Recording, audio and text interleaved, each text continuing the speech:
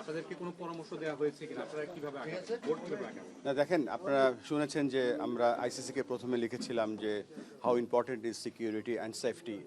আমাদের স্কোপ আছে হচ্ছে খেলোয়াড়দের দেখা, কিন্তু খেলোয়াড়ের বাইরে যে বড় একটা জনগোষ্ঠী আছে, আমাদের সাংবাদিকরা আছেন, আমাদের ক্রিকেট স্পন্সররা আছেন, আমাদের ক্রিকেটের লাভাররা আছেন, অনেক খেলা দেখতে যাবে, সমস্ত সিকিউরিটি তো ক্রিকেট বোর্ডের পক্ষে দেওয়া বা জিজ্ঞেস করা সম্ভব নয়। এই জন্য আমরা সরকারের নির্দেশনা নিচ্ছি, কারণ আপনারা জানেন যে আমাদের যে কোনো বিদেশ ট্রিপে যাওয়ার সময় আমাদের গভর্নমেন্ট অর্ডার লাগে।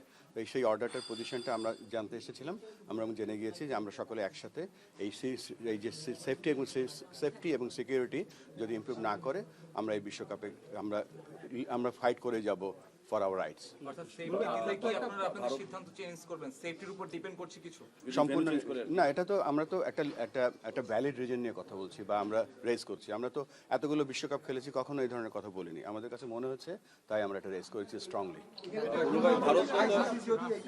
আইসিসি যদি বলে যে না আপনাদের এখানেই খেলতে হবে, তখন আপনারা সিদ্ধান্ত পরিবর্তন করবেন কিনা? না, আইসিসিকে আমরা বোঝাবো, আমাদের মন্ত্রী মহোদয় যেভাবে বলে গেলেন আমরা বোঝাবো। কেননা দেখেন, পূর্বেও কিন্তু সিকিউরিটির কারণে বিভিন্ন এই ধরনের ইভেন্ট হয়েছে, এবং আপনারা জানেন যে হাইব্রিড বিশ্বকাপ যে হচ্ছে সেটার মূল কারণটাই কিন্তু সিকিউরিটি।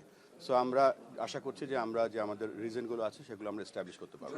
অন্য আরো দেশ খেলতে যাবে, তো তাদের নিরাপত্তার বিষয়টিও চলে আসবে নিশ্চয়ই। তারা যদি কমপ্লেন না করে আমাদের কমপ্লেনটা টিকবে কিনা, আপনি কি মনে করছেন? না, আমরা তো ভ্যালিড রিজন নিয়ে কথা বলছি। এটা তো দেখেছেন তো মুস্তাফিজ, যখন একটা খেলোয়াড়কেই যখন দেখলাম যে শৃঙ্খলা সিকিউরিটি দিতে অসুবিধা কারণেই তো তাকে বাদ দেওয়া হয়েছে, তখন একটা দল, একটা পুরো বাংলাদেশের জনগোষ্ঠী যারা খেলা দেখতে যাবে, এটা তো বিরাট ব্যাপার। না, লং টার্ম না, আমরা দেখেন আমাদের জাতীয় দল তৈরি করছি। আমরা আপনারা জানেন যে আমাদের টিম স্কোয়াড ঘোষণা করে দেওয়া হয়েছে। আমাদের কিন্তু এই বিপিএলটা অনুষ্ঠিত হচ্ছে, কিন্তু ওয়ান অফ দ্য রিজন যে টি-20 ফরম্যাটে আমাদের টিমটা যেন ইউজ টু হয়, সব কিছু আমাদের দিক থেকে আমরা প্রস্তুতি রাখছি। সো আমাদের এখানে কোনো ছাড় নেই। যেমন ইতিমধ্যে আইসিসি জানিয়েছে যে আসলে শ্রীলঙ্কা হচ্ছে না, সেই ক্ষেত্রে আপনারা মিটিং যে করলেন, পরবর্তী সিদ্ধান্তটা আসলে আপনারা বুঝাবেন কি হতে পারে? এই যে একটা প্রোপাগান্ডা চলছে যে আইসিসি আমাদেরকে জানিয়েছে শ্রীলঙ্কা খেলা সম্ভব না, এই ধরনের কোনো কথাই হয়নি আমাদের কারোর সাথে।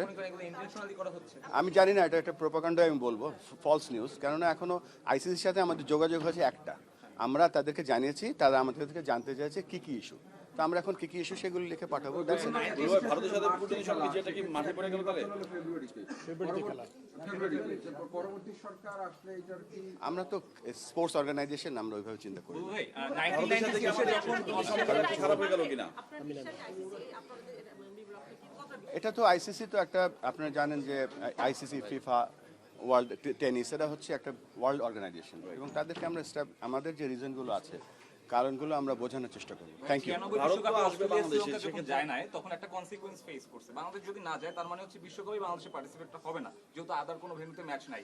সো বিসিবি কি সেটাও কনসিডার করবে? বিসিবি সেটাও কনসিডার করবে। যখন চ্যাম্পিয়ন্স ট্রফি হয়েছিল তখন ইন্ডিয়া পাকিস্তানে যায়নি, এবং পাকিস্তানও কিন্তু গত কয়েকটা বিশ্বকাপ খেলতে ইন্ডিয়াতে আসেনি। সো আমরাও আশা করছি যে আমরা একটা সঠিক অ্যান্সার পাবো। আমি একটু সহজ করে দিই আপনাকে, যদি এরকম হয় ভারতে না যাওয়ার বিনিময়ে যদি বিশ্বকাপ কনসিডার করতে হয়, কম্প্রোমাইজ করতে হয়, সিচুয়েশন আমাদেরকে বলবে, আমরা আমাদের ব্যাপারে অনড়।